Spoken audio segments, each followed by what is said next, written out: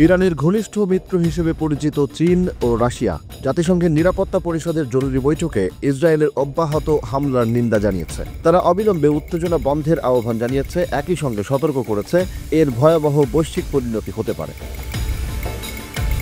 চীন আবারও ইসরায়েল ও ইরানকে বলেছে যেন তারা পাল্টাপাল্টি হামলা বন্ধ করে উত্তেজনা হ্রাসের পদক্ষেপ নেয়। চীনা পররাষ্ট্র মন্ত্রণালয়ের এক বিবৃতিতে আলোচনার মাধ্যমে সমস্যার সমাধানে যাওয়ার উপযুক্ত পরিবেশ তৈরি করারও আহ্বান জানানো হয়েছে।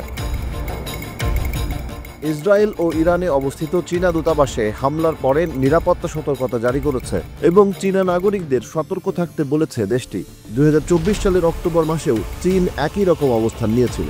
সবশেষ 2025 সালের 12 জুন আন্তর্জাতিক পরমাণু শক্তি সংস্থা IAEA এর বোর্ড অব গভর্নর্সের এক ভোটাভুটিতে যুক্তরাষ্ট্র, যুক্তরাজ্য, ফ্রান্স এবং জার্মানির আনা একটি প্রস্তাবের বিপক্ষে ভোট দেয় চীন ও রাশিয়া। ওই প্রস্তাবে ইরানকে তার পারমাণবিক প্রতিশ্রুতি ভাঙার অভিযোগ আনা হয়েছিল। চীনের প্রতিনিধি লি সং বলেছিলেন, আন্তর্জাতিক সমাজ যেন অবরোধ, চাপ এবং শক্তির হুমকি ব্যবহার না করে। তিনি যুক্তরাষ্ট্রের 2015 সালের পারমাণবিক চুক্তি থেকে সরে যাওয়াকে আজকের সমস্যার মূল কারণ হিসেবে উল্লেখ করেন। ইসরায়েলের ইরান হামলা নিয়ে রাশিয়ার রাষ্ট্রীয় টেলিভিশনগুলো খুব একটা প্রতিক্রিয়া দেখায়নি।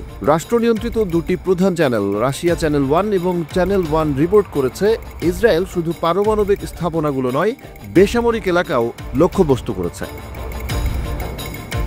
এই প্রথমবারের মতো আবাসিক এলাকায় হামলা চালানো হয়েছে। তবে দুটি চ্যানেলই জোর দিয়ে বলেছে এসব এলাকায় ইরানের ঊর্ধ্বতন সামরিক কর্মকর্তারা অবস্থান করায় এগুলো টার্গেট করা হয়। তবে এতে বেসামরিক লোকজনও নিহত হয়েছে।